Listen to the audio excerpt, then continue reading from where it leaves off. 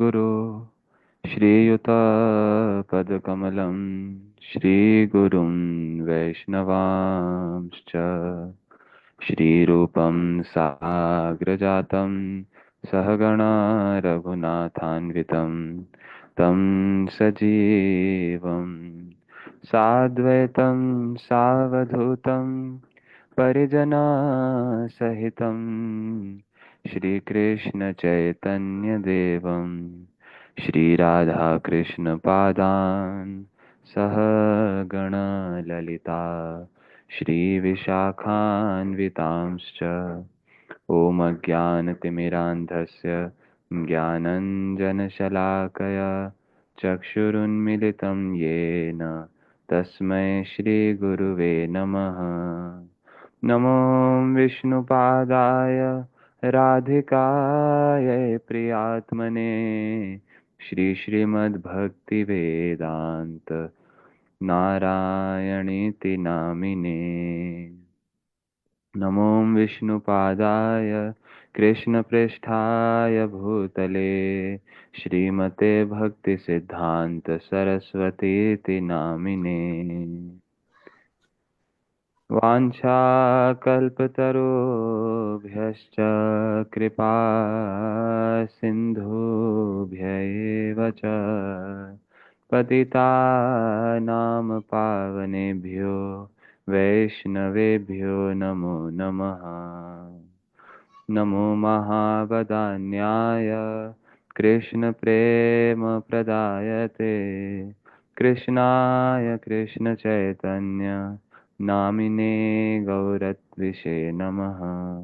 हे कृष्ण करुणा सिंधु दीनबंधु जगत्पते गोपेश गोपिकान्त राधा कान्त नमोस्तुते। तप्त कांचन Gaurangi Radhe Vrindavaneshwari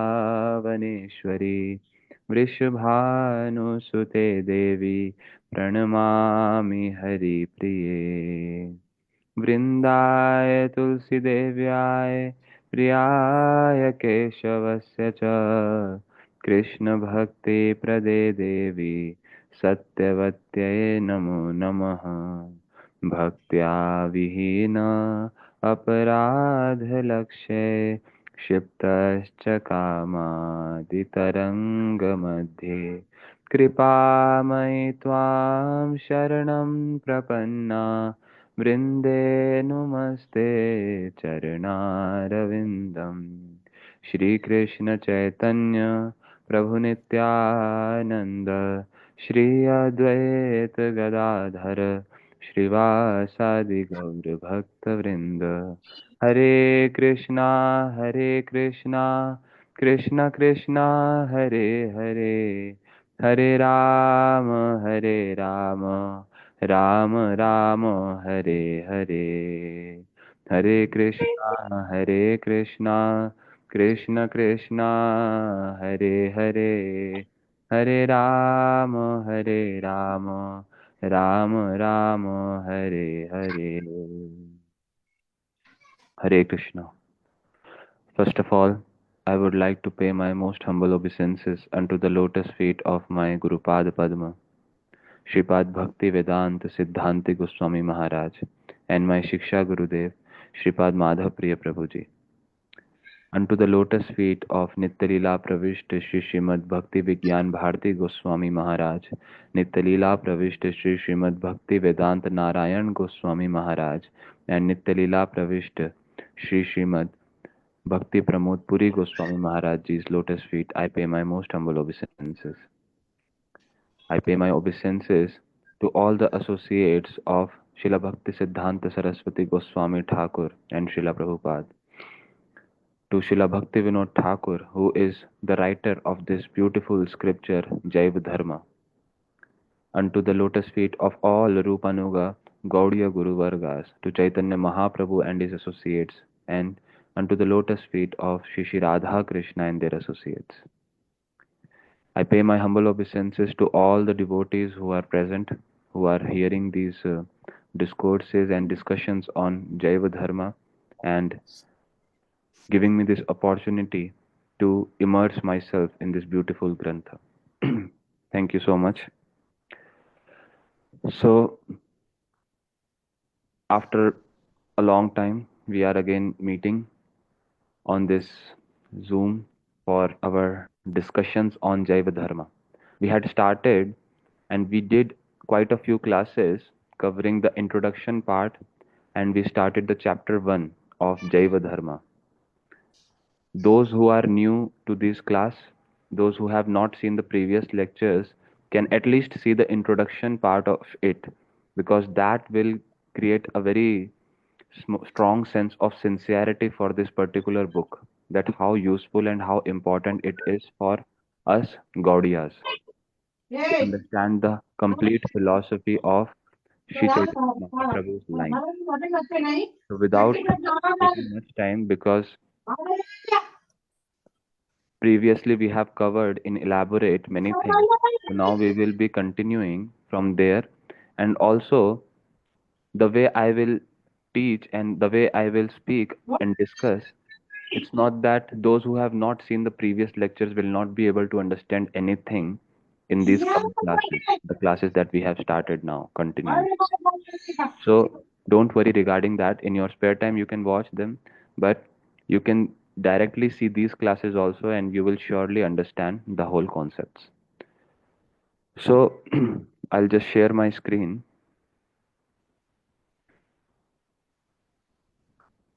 Yeah.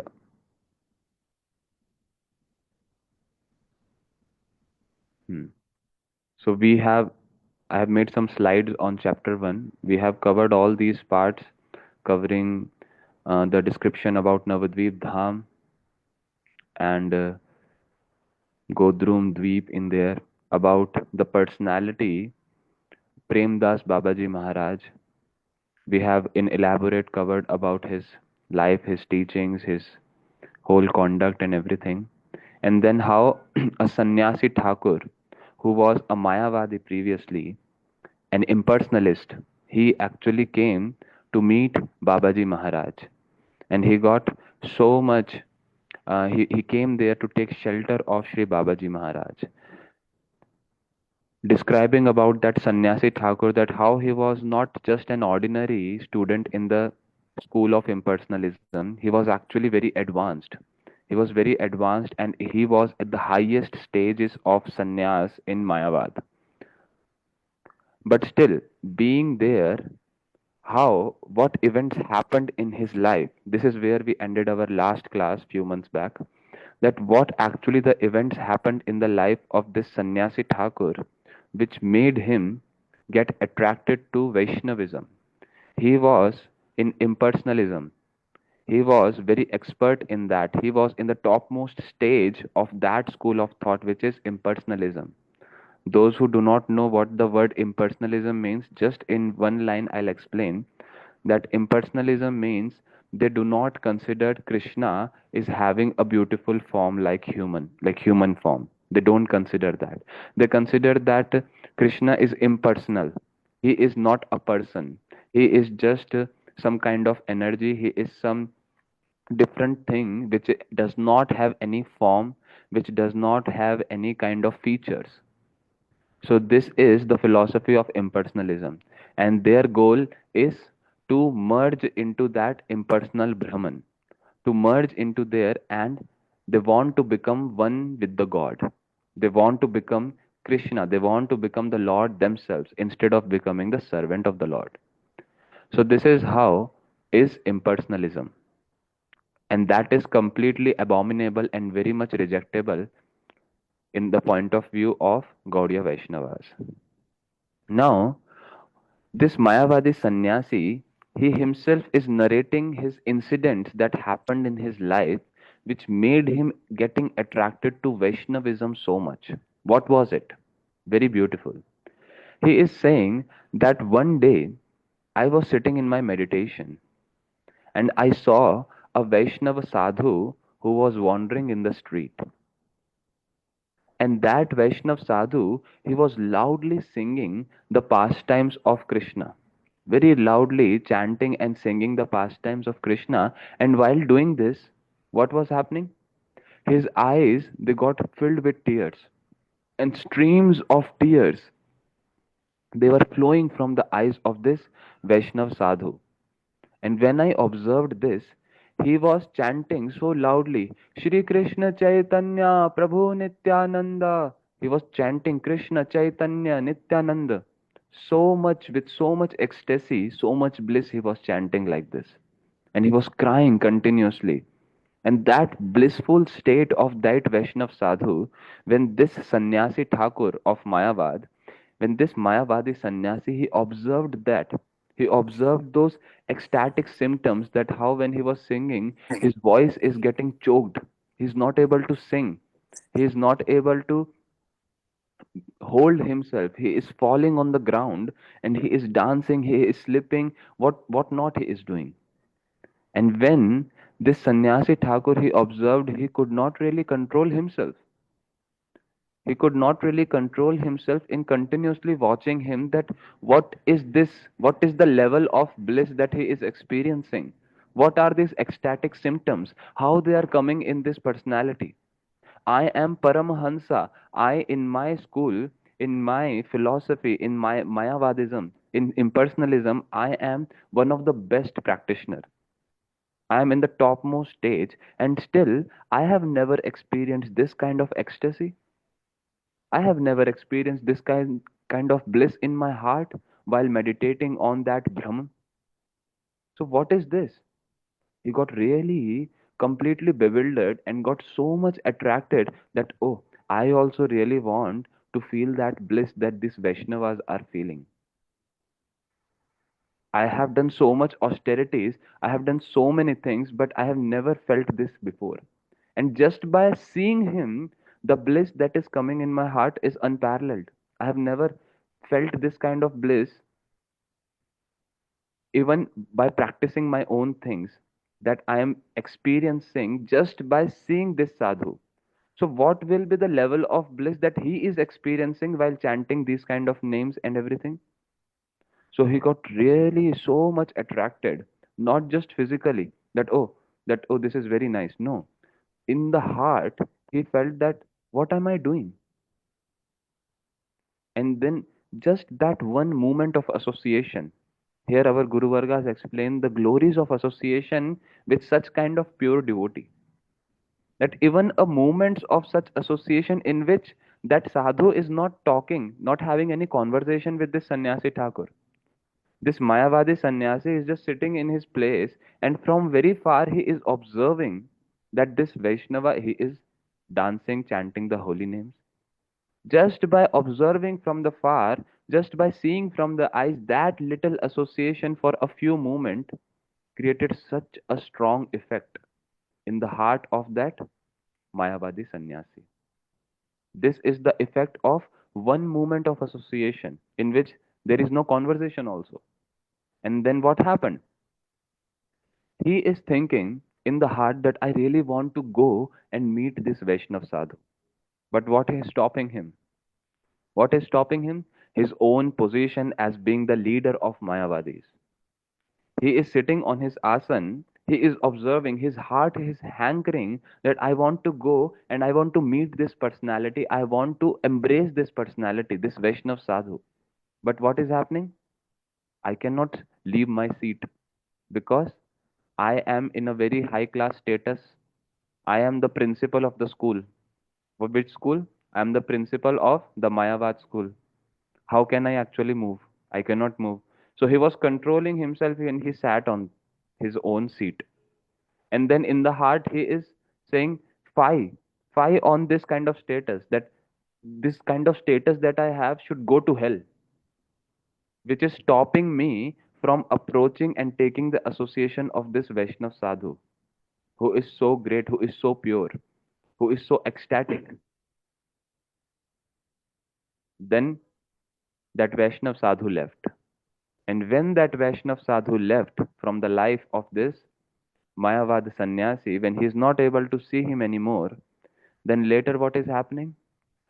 That vision that he had, the memory that he had, that, oh, how he was, how I really wanted to meet him, but because of my position, I could not really stand and go to him. Now what is happening?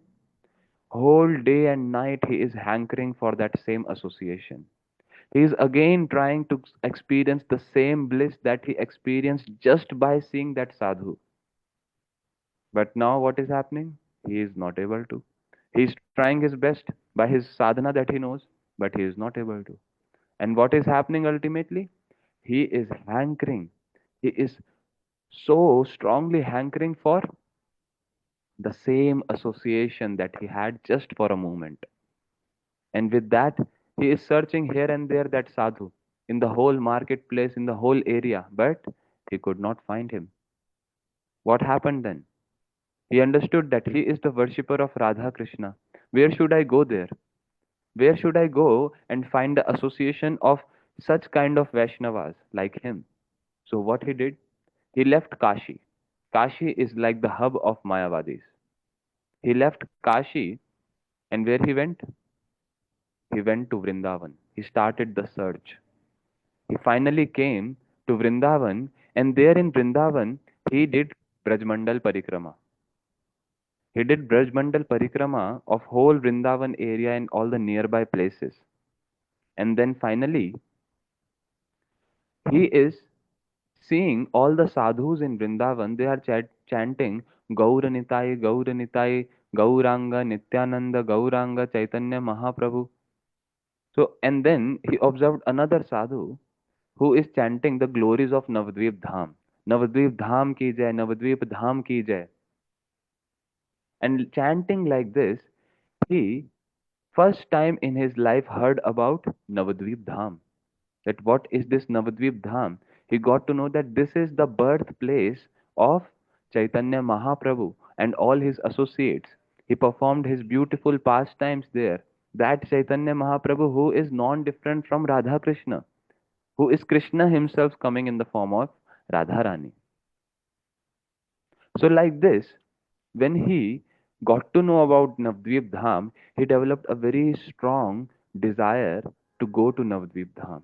And then he started walking from Vrindavan to Navadvip Dham. So far. Walking there, he reached Navadvip Dham and there he found this particular Vaishnava about whom we discussed, whom he met. What is the name? Prem Das Babaji Maharaj. This personality, Prem Das Babaji Maharaj, such a great personality. In the previous classes, we had discussed about his beautiful conduct, his bhajan, the way he do his bhajan, everything. Now, when he reached to Babaji Maharaj, he started elaborating about his experiences and everything, how he reached to Babaji Maharaj.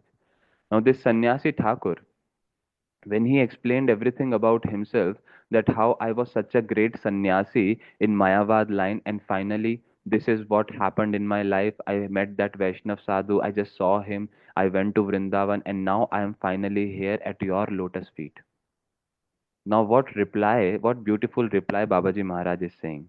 He is saying, O sannyasi Thakur, I am absolutely worthless. I spent my life filling my belly, sleeping, and engaging in futile talks. It is true that I have taken a precedence in this sacred place, but I am unable to taste this thing known as Krishna Prem. Here, Babaji Maharaj, who is like Guru to this Mayavadi Sannyasi who has come to take shelter of Babaji Maharaj, how humbly Babaji Maharaj is replying. This shows the beautiful character of Vaishnavas, the beautiful conduct that they follow. Babaji Maharaj is saying that I am not so qualified as you are. I am worthless because I am somehow staying in Dham, but I have never experienced Krishna Prem. Out of humility, he is telling, I have never experienced Krishna Prem. You are so fortunate, O sannyasi. You are so fortunate that you have tasted the divine love just by seeing a Vaishnava dancing and chanting. Just by seeing a Vaishnava dancing and chanting, you have get the Krishna Prem, even at least for a moment if you got. You have got at least. I have never got. Even after residing for many, many years in Dham, I have never got. And you have got that Krishna Prem, at least the semblance of that, a little taste you have got. So you have got real mercy, O sannyasi. So please, you give me mercy so that my life also becomes successful. How Babaji Maharaj, being in the position as a guru, he is so senior and still such kind of humility he is expressing. This is something that we need to learn. This is something that we should understand. That how the Vaishnavism, the etiquettes, and how the heart of Vaishnavas become by performing this kind of bhajan. What happened then? Both Sannyasi and the Babaji Maharaj, they embraced each other and started crying. Babaji requested Sannyasi to stay. That, oh, Sannyasi Thakur, you are so fortunate. You got Krishna Prem, at least even for a moment. Please stay here. Be merciful to me. Stay for few days and purify me. That personality who's completely purified, who is one of the associate, he is saying to this Mayavadi Sannyasi, who has developed such strong desire to follow Vaishnavism. Now he is being asked that please stay and purify me. And Sannyasi Thakur gave a beautiful reply, saying that I have offered my body at your lotus feet. This is the ideal dealings of a disciple and a guru. How a disciple, when he comes to Sri Guru, he does not come for a day or two. Okay, Guru Maharaj Ji has come. I'll just go and have his darshan. Okay, Guru Maharaj Ji, I want to accept initiation from him. So I'll just give some donation. I'll go. I'll meet him, and then I'll just say that okay, whatever mantra you are giving, I'll chant. That's it, and I'll go back to my home and engage in all the activities that I want to engage. No, this is not initiation. This is not taking shelter. The sannyasi who is Mayavadi Sannyasi, but he knows so nicely the etiquettes and the way to take shelter. He is coming and saying to Babaji Maharaj that I have offered my body, my mind, my words at your lotus feet. Why only few days? Why only few days I will follow your instruction? Why only few days I'll associate with you? I want to associate with you every day, every hour, every moment I want to associate with you. My anxious prayer, I pray this anxiously, not very in a relaxed way, with so much hankering in the heart. Oh Babaji Maharaj, I really pray this, that may I be able to serve you until I give up this body. May I be able to serve you until my last breath. Such is the prayer of a disciple to Guru Maharaj. That even if I am not able to personally stay with you, you are in different places, I am at different place, but I want to take your shelter. I want to offer my body, my mind, my words at your lotus feet. And I want to serve you till my last breath. Having this kind of mood will please Gurudev so much. If we don't have, at least we should try to have. That's why we are hearing these beautiful topics, these beautiful dealings. If we just read the Grantha, in one paragraph, this conversation will get finished. But in each of these conversations, in each of the replies that they are giving to each other, we need to learn that what kind of mood I am supposed to develop while reading this. What kind of moods I am supposed to develop while serving this beautiful Grantha, while discussing this. So then, that Sannyasi Thakur, he took shelter of Babaji Maharaj and he started staying in Godrum Dweep. He started staying in the ashram of his Gurudev, that is Babaji Maharaj. Now, one day, Babaji Maharaj, he took his disciple, Sannyasi Thakur, to his Guruji, that is Pradyumna Brahmachari. Shri Pradyumna Brahmachari is the Guru Maharaj of whom? Of Premdas Babaji Maharaj. So Premdas Babaji Maharaj took this Sannyasi Thakur saying that today we will go to my Gurudev's place. I want you to have darshan of your Param Gurudev. And when he went there, a big change happened in the life of the Sannyasi Thakur. How? There, Sri Pradyumna Brahmachari, the Param Gurudev, when he met Sannyasi Thakur, he said that the personality that you are taking shelter of, which personality?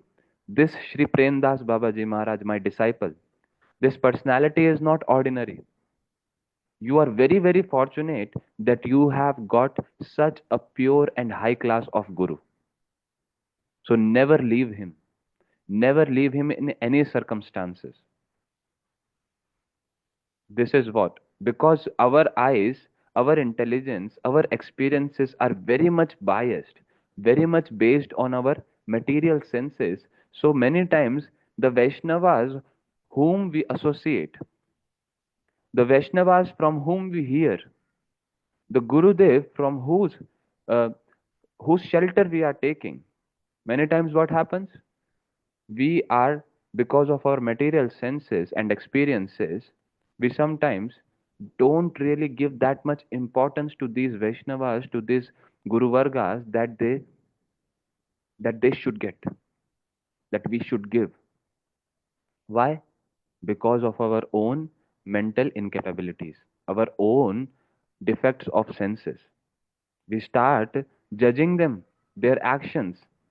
If Gurudev, he starts screaming me, I was not at fault. I did not do any mistake, but still, some other person was on. He did the mistake, and Gurudev he scolded me instead of that person. What comes in the heart? Oh, Gurudev does not know this also. Gurudev, he is all knower. He knows everything, up and down. That's the symptom of Guru. But he does not even know that I did not do the mistake. The other person did the mistake. He did not get chastisement. I got chastisement. Gurudev did a mistake. So when does a disciple do like this? When he is dependent on his material senses. But when there is such personality like Pradyumna Brahmachari who can say this, who can explain and who can make the disciple convinced that how your Gurudev is so high class, don't ever leave him in any circumstances. And getting those instructions, the sannyasi Thakur he accept initiation from Srila Premdas Babaji Maharaj and started living with him. And what is the result of living with such kind of sadhu? He developed full control within no time. This sannyasi Thakur, he developed full control over his mind and senses. That same control which he was trying to develop previously following his impersonalism knowledge, his path of impersonalism, in which even though he reached the state of Paramhans in his philosophy, but still he was not able to control his mind and senses completely. But now, just by a little moments, little days of association of such Vaishnavas like Premdas Babaji Maharaj, what developed? His life completely changed. Full control over his mind and senses. And so much strong faith in the transcendental pastimes of that Parabrahma Shri Krishna. That personality whom initially he was thinking that he has no form, he has no features, he has nothing like that. He is shapeless, he is formless. Now he is having so strong faith that no, Krishna, he is a personality. He is the supreme personality of Godhead. He also has mother, he also has father, Yashoda Maya and Nand Baba. He has his friends, he has gopis, he has so many Vrajvasis who are his family. He performs so many beautiful pastimes with them in Vrindavan. And he started meditating on them with staunch faith. And most importantly, he became so humble, considering himself as what? The servant of the servant of the servant of Krishna. Considering himself as the servant of Vaishnavas. Those Vaishnavas who are pure hearted, who have Krishna in their heart. So, such kind of association gives so much great learning. So much great learning. And not just this, the growth, with such kind of association of pure devotees is so high and so fast and so stable and strong also, that in no time he reaches perfection. This Krishna consciousness is not a very short journey, and it's also not a very long journey. It depends on the approach that we have. Srila Swami Maharaj Ji, he was once asked this question. The founder Acharya of ISKCON, Srila Swami Maharaj, he was asked this question that, Swamiji, how much time it takes for a person, for a jiva to surrender? How much time it takes for a devotee to surrender to the Lord, to surrender to Krishna? It takes 1 year, it takes 2 year, 5 year, whole lifetime, two lifetime, 10 lifetime, how much? Swami Maharaj Ji just said one answer, just one word. He said, it takes 1 minute.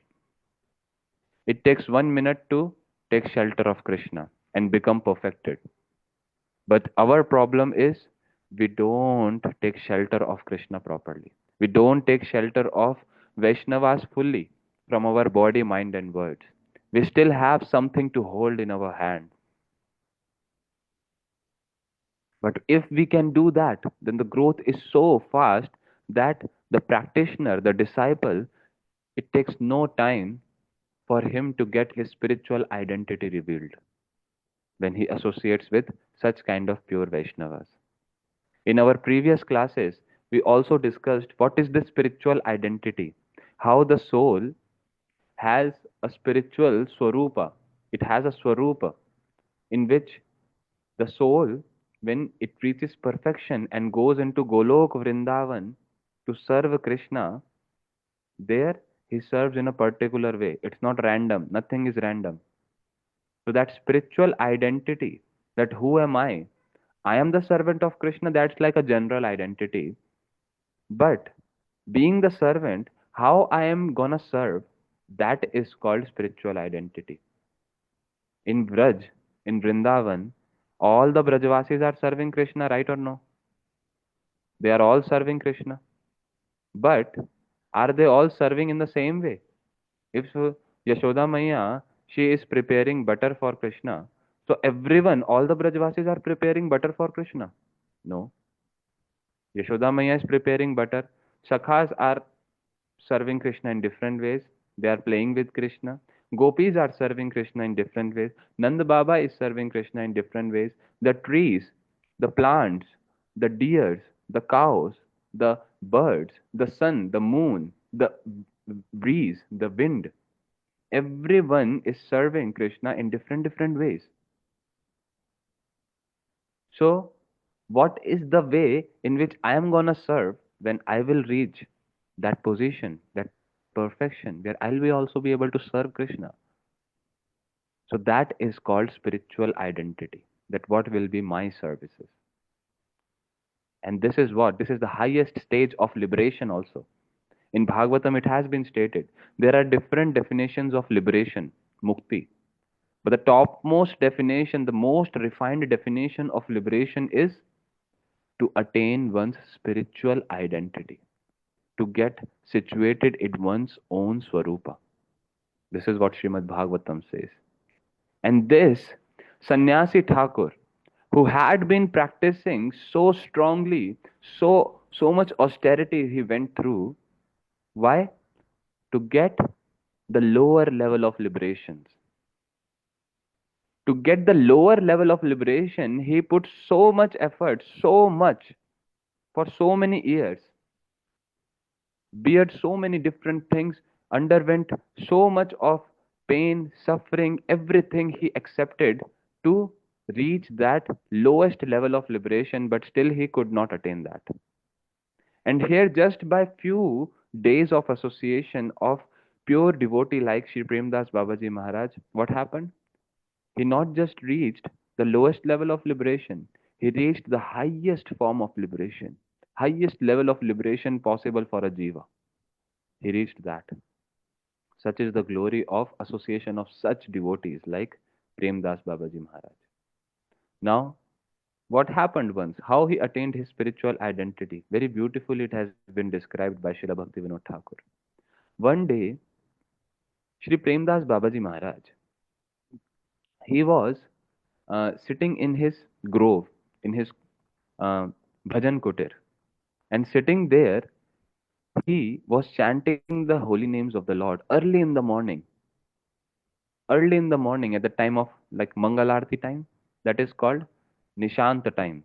Nishant means the end of night. The end of night, that part is called Brahma Muhurta.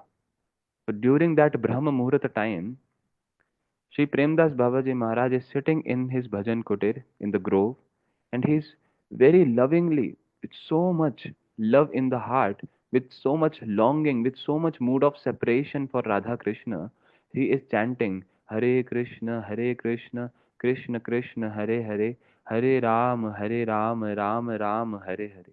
And while chanting like this, early in the morning, he felt such strong separation from the divine couple. And what happened? He started internalizing. He entered into such kind of trance in which he entered into a spiritual samadhi state, in which he is internally serving Shri Radha and Krishna in his spiritual identity. Because he is not an ordinary person. He is the pure devotee who is an associate of the Lord who has come to deliver jivas of this world. So he is meditating on his own, on the service of Radha Krishna through his spiritual identity. And what is his spiritual identity? His spiritual identity is being the maid servant of Radharani. Now, when he is serving like this, the pastime that happened in the particular time when he was chanting, what time he was chanting? We just told. He was chanting in Brahma Muhurta, in the Nishanta time, in the end of the night, early in the morning, like 4 o'clock around. He was chanting at that time. So, what pastime entered in his heart? The pastime that is happening in Golok Vrindavan at that particular time. What is happening? What is Krishna doing at 4 a.m.? Radharani and Krishna are in deep sleep. Radhaji and Krishna are in deep sleep, and now it's time for them to wake up. So, some arrangements are to be done to wake the divine couple Radha and Krishna. Now, this Babaji Maharaj, because he is in his spiritual identity as the maid servant of Radharani. So, what he is doing, he is ordering Sannyasi Thakur, who was there in the Bhajan Kutir. Sannyasi Thakur came early in the morning to have darshan of Babaji Maharaj, and he saw this particular state of Babaji Maharaj, that how he is completely in trance and it seems like he has entered into the pastime. Now, when he was witnessing this, that how Babaji Maharaj is completely absorbed, he is in like a complete trance state, samadhi state. He is just sitting there and having darshan of Babaji Maharaj, having darshan of that state in which he is in. And then in that closed eyes, Babaji Maharaj at once pointed towards Sannyasi Thakur and said that, "Hey, Raman Manjari, what are you doing? You are not doing your assigned service properly. You are supposed to do something right now, and you are not doing that. And because of which, what is happening? You will get scolded nicely by another servant of Radharani, another maid servant of Radharani. So you should do your service properly." This is what Babaji Maharaj is speaking to whom? Sannyasi Thakur, who is sitting in front. Babaji Maharaj is speaking with closed eyes, being in that particular pastime. Now, just hearing this, Sannyasi Thakur, he got to know his spiritual identity. How? That how my Guru Maharaj, he is pointing towards me and he has given me the name also. That my name is Sri Ramana Manjari. What is my service? I am having a particular service in the pastimes of Radha Krishna. See, these topics, the topics that are mentioned here, it's very esoteric, very deep, and very high class. We are not going too much into all those details, but The previous lecture in which I described about the spiritual identity part. So I'm just giving an example in this, as it is coming in the chapter 1, that how this is not something superfluous. At a particular stage of Krishna consciousness, this is the perfection for which we are aiming. Otherwise, if someone is asking us that, Bhai, you are chanting, you are doing Krishna Bhakti, what is the purpose of all these things? What will be our answer? Just to get a better lifestyle. Just to, oh, wake up early in the morning, chanting is like some kind of meditation, then the mind stays peaceful and my whole life stays balanced. This is not the goal of why we are following bhakti. The goal is to get out of this whole material manifestation, to get out of Maya, and to reach in our spiritual identity, to understand what is my spiritual identity and how will I be able to serve Krishna. That is our goal. And this is just an example of how Sannyasi Thakur, he is attaining his spiritual identity through the service of his Gurudev. This is the process also that is being showed. That by the service of one's Gurudev, one attains the spiritual identity. Otherwise, directly if I'll approach Krishna, I will never get. So Sannyasi Thakur, he got to know and then he served accordingly. He served according to his own spiritual identity. Then after few minutes, Babaji Maharaj, he gained external consciousness. He came out of that samadhi state, that deep meditation state. He came out of it. And then he started chanting again. And when he saw that, oh, this Sannyasi Thakur is sitting there, then he very nicely smiled, knowing that what has happened. Gurudev knows everything. What is happening in our life, what is happening in our mind, in our heart, what is going on. Many times when we stay with Gurudev, we get this experience. One, I'll just share one experience. We were in some Bhagavad Katha in Chandigarh, yes, in Chandigarh and then in Ambala.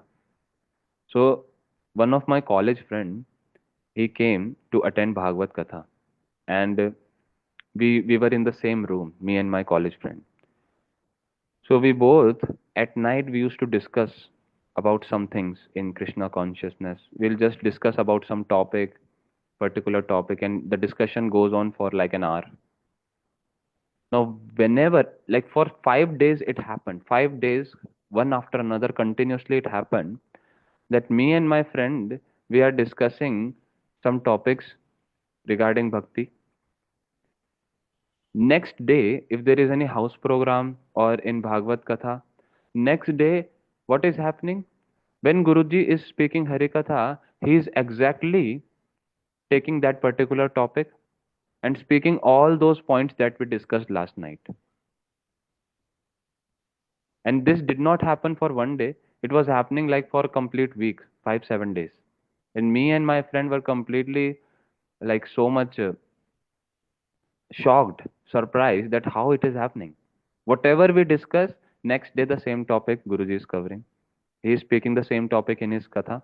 And he is, in fact, when we are discussing the doubts that are coming in our heart, the doubts that we are getting in that discussion, so Guruji is explaining that doubts also in the next class, in the next day Harikatha. We did not ask him, we did not tell him what we discussed, but still he is taking that particular topic and answering all the doubts that we are having.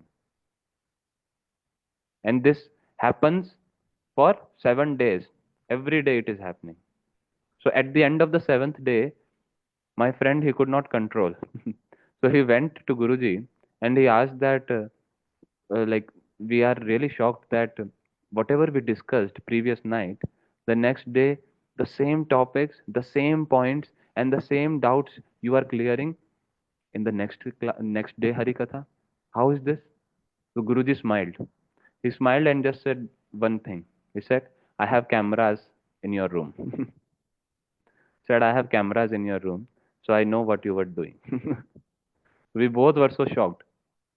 So this is how Guru Vargas are. They know in and out. They know in and out what is happening. So let's continue. Now, Sannyasi Thakur, he, because he came early in the morning, all these pastimes happened, whatever we discussed, how he got to know his spiritual identity, his name also, and everything. Now, when Babaji Maharaj he opened the eyes and he observed, he saw that the Sannyasi Thakur is sitting there. Then he came, he gave an asan, and he sat next to him. And he said, "Oh, how can I serve you, O Sannyasi Thakur?" And then Sannyasi Thakur with folded hand is saying, "Oh Gurudev, I have some questions in my heart.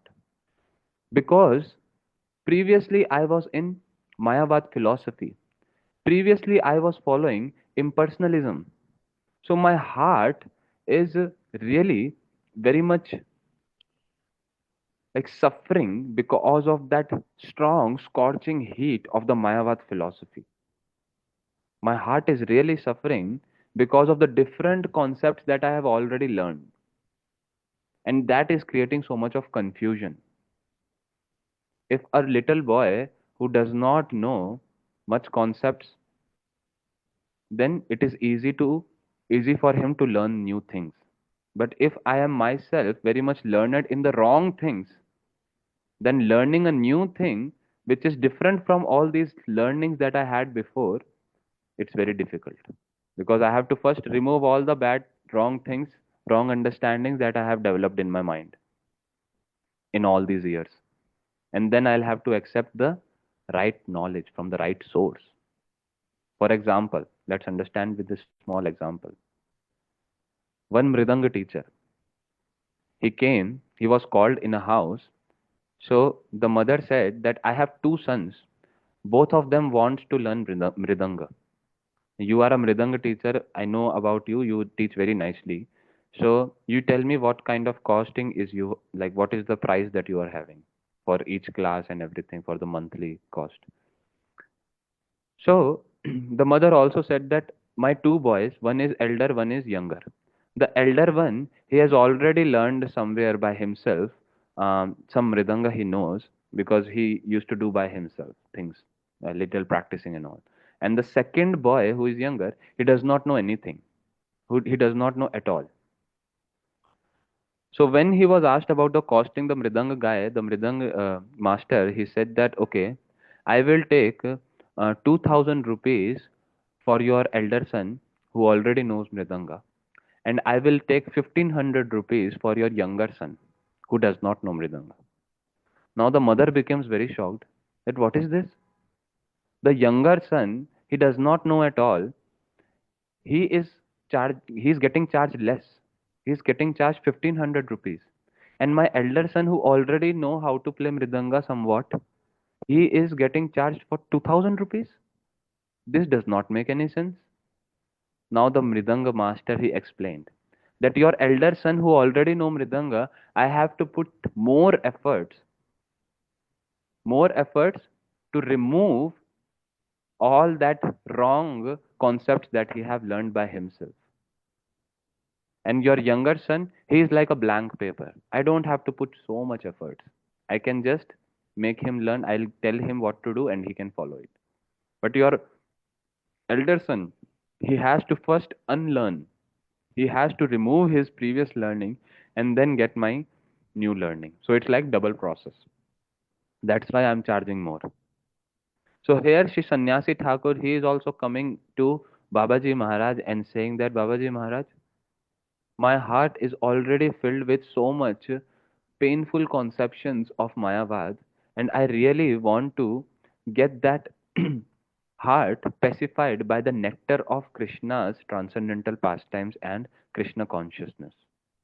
So please throw that nectar in my heart by answering my doubts.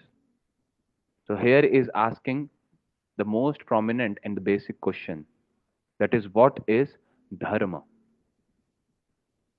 What is Dharma? So we have already in the introduction part had some like touched upon this concept of dharma, but here Premdas Babaji Maharaj he is himself explaining very elaborately about dharma. Dharma is like a Hindi Sanskrit word. If we translate it in English language, then dharma is also called as religion. But religion is mostly in the present time gets confused with faith. Different kind of faith are called as religion. But religion is not just a faith. Religion is a fixed thing. Faith can change. Someone is having faith in different kind of philosophy. Someone having faith in Christianity. Someone having faith in like Islam. Having faith in Hinduism. In Hinduism also there are so many different categories further. But religion is something different, which is dharma. And dharma can also be called as nature. The nature, it stays the same. Nature never changes. It's not that, oh, I am attracted to a particular kind of nature, so I'll just change my nature.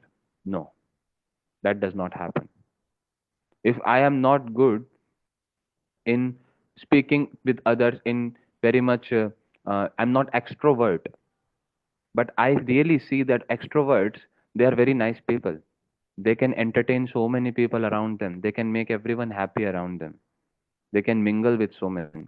So just saying that, oh, he is an extrovert and he is very nice, so I cannot change my nature of being an introvert at once.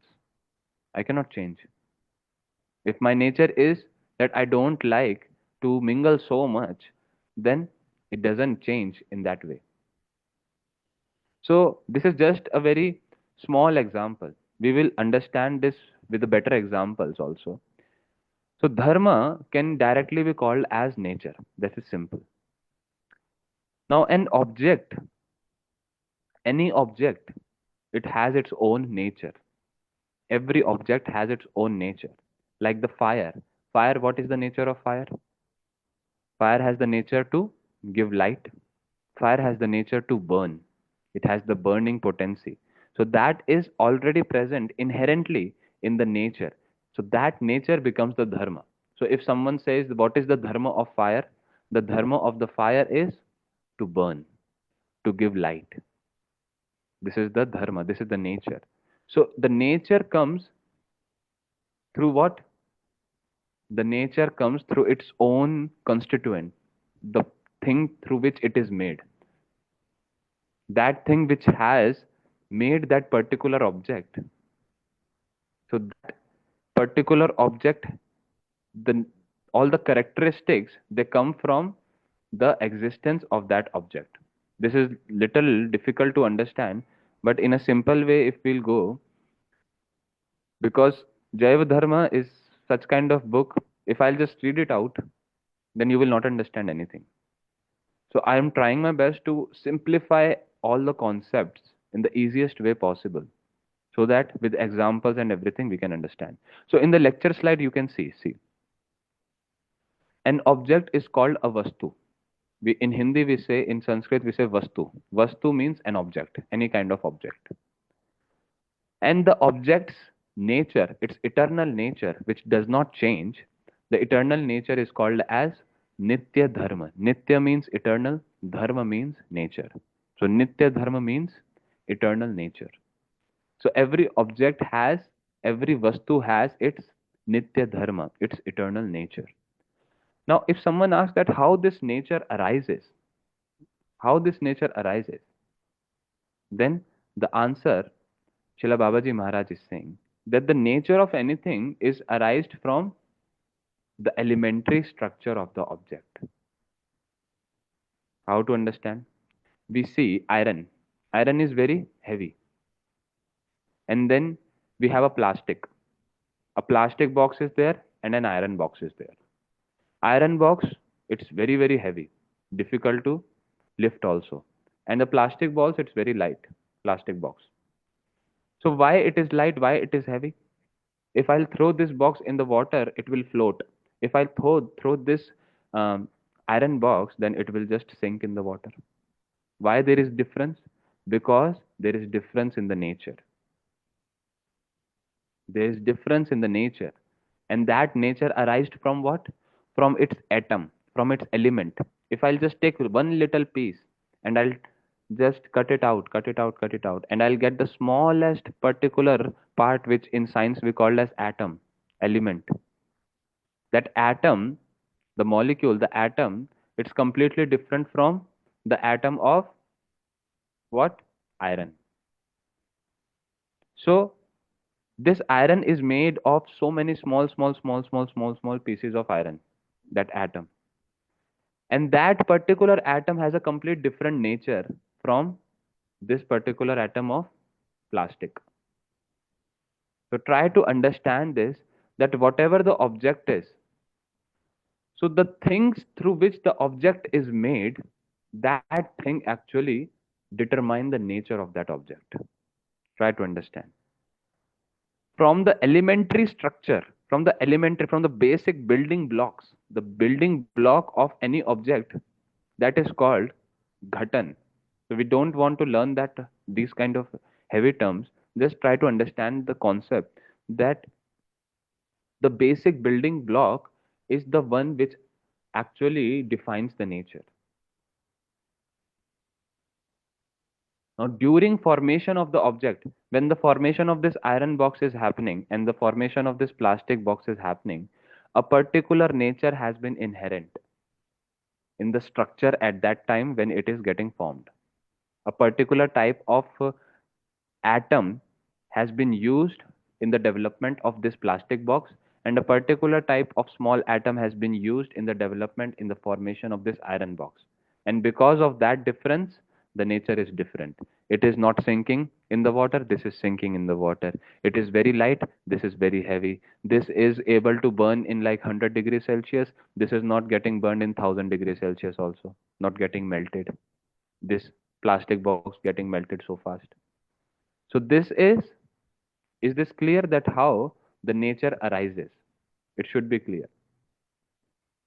Now how the nature distorts, that's the next question, which Srila Babaji Maharaj is answering, that when there occurs a change, when there is a change or there is some external situation or circumstances that is getting forced upon this particular object, then due to contact with other objects, due to contact of that change, what happens? Sometimes the nature distorts. Nature distorts, but it distorting is a different thing. For example, a person is a very calm, he is very peaceful, but something happened that someone came and slapped him for no reason. Then what happened? That calm and peaceful person, he gets very angry. He gets very upset. He stands up and starts fighting. He starts abusing. And then, will that state stays the same? After 5 minutes of abusing and fighting, he again will become fine. Next day, he will be fine. He will be again in the same nature of being a very peaceful, relaxed person. But a little change happened, that is called distortion. That is called distortion, means some kind of disturbance came because of some external thing. Because of that person, he slapped me, so my peace, it got disturbed and I got restless for some time. But then later I again forgot that event and I became peaceful again. So this is how the nature distorts. It's very important to understand these two particular things that we are discussing. We are clear with this point that what is nature, but right now we are clearing these two questions that is being asked, that how a nature gets developed, how a nature arises, and the second part is how a nature gets disturbed. A beautiful example which Babaji Maharaj is giving here is of water. Naturally, the water is in which state? Liquid state, right? Naturally, the water is in the liquid state. But when the same water, it undergoes some kind of disturbance like the temperature is reduced so much reduction of temperature that it's like -5 degree. Then what will happen? The water will become ice. From the liquid state, it will go into solid state. And if another side, another disturbance comes, that the water, so much high temperature has been given to the water, then what happens? From the liquid state, it get converted to the gaseous state, becomes gas. But the natural state of the water remains the same, that as soon as that disturbance is removed, that temperature is normalized. It's neither from high temperature it is coming back to the normal temperature, or from the extreme low temperature it is coming back to the normal temperature, the natural state. Then it will again become from gas to liquid, or from solid to liquid. It will come into the liquid state. So there are a few terms. Let's just hear those terms, and then we will conclude today's session. You can see in the slides, in between there is water which is in the liquid form, and you can see the molecules which are scattered here and there. Then in the left side, when there is the temperature which is very low temperature, then the water is getting converted into ice. Now, this kind of distorted nature in which it is in the disturbed state, that is called nisarga. Understand this. Nisarga is the term which is called as distorted nature. Means the water which is naturally liquid, when cold temperature has been given, it got converted, it got distorted into the form of a solid, that is ice. So that distorted state is called nisarga. And that is temporary, because it will stay only up till the time when there is that kind of distortion, when the temperature has been forcefully made lower. So it's not permanent. Permanent state is liquid only. Only when the heat or only when the cold temperature has been given, the state gets changed into distorted state, that is nisarga. And it is occasional. So you can see under that it is written Naimittika Dharma. Naimittika Dharma means occasional function. It's occasional. It's only up till the time when the temperature is very low, when it is like -5 degrees Celsius.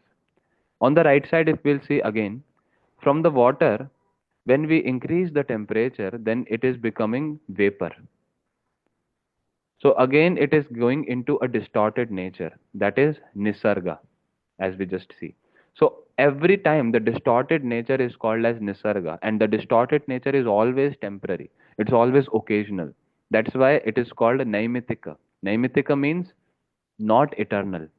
One is Nitya, another is Naimittika. These two terms we should learn, because it will be used. The name of the chapter is this only actually. Nitya and Naimittika Dharma means permanent and temporary dharmas of jivas. Permanent and temporary. Permanent is Nitya. Temporary is Naimittika, which is distorted. So the water, the permanent dharma, the Nitya dharma is being in the liquid state. When it is distorted by giving the lower temperature like -5 degree, then it gets into nisarga, that is distorted nature, which is Naimittika. Naimittika function means temporary function. Jab tak, the time till it is having lower temperature, it will stay like this. As soon as the temperature is normalized, it will come back to water state. And in the same way, on the other side, when the water vapors are created by giving too much of heat, then the vapor state is the nisarga, the distorted state, which is again Naimittika. It is again temporary. So Naimittika, temporary means. So the eternal nature, the permanent nature of the water is being in the liquid state. Neither in the ice state, neither in the water vapor state. Only in the liquid state. So this is how the jivas, the nature, the dharma is being explained.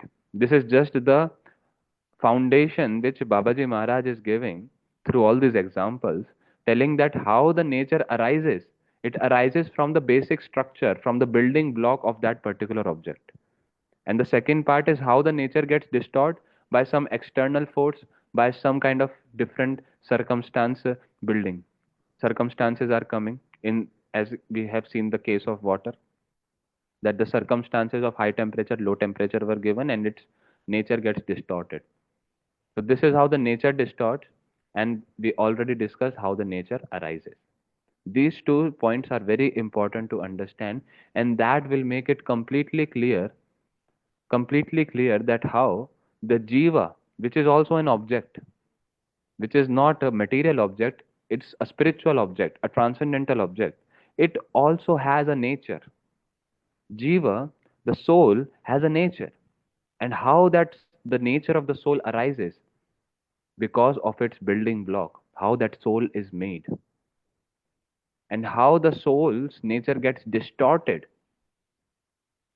that also is explained through this particular foundation example that Babaji Maharaj is giving.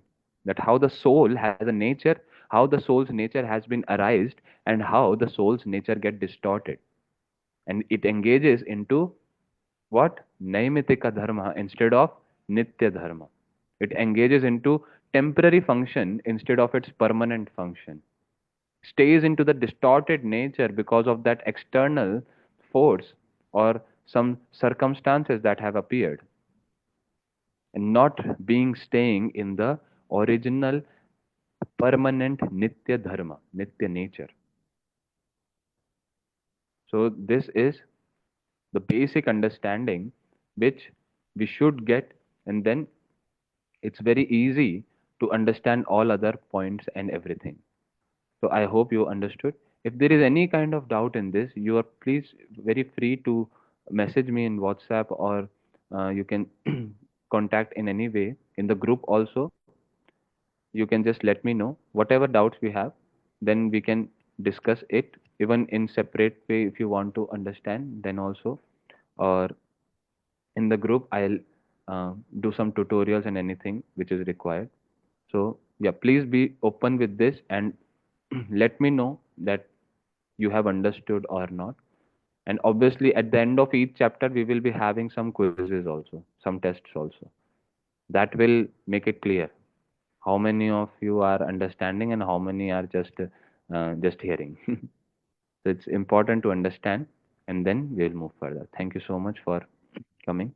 हरे कृष्णा वाञ्छा कल्पतरुभ्यश्च कृपा सिन्धुभ्य एव च पतितानां पावनेभ्यो वैष्णवेभ्यो नमो नमः.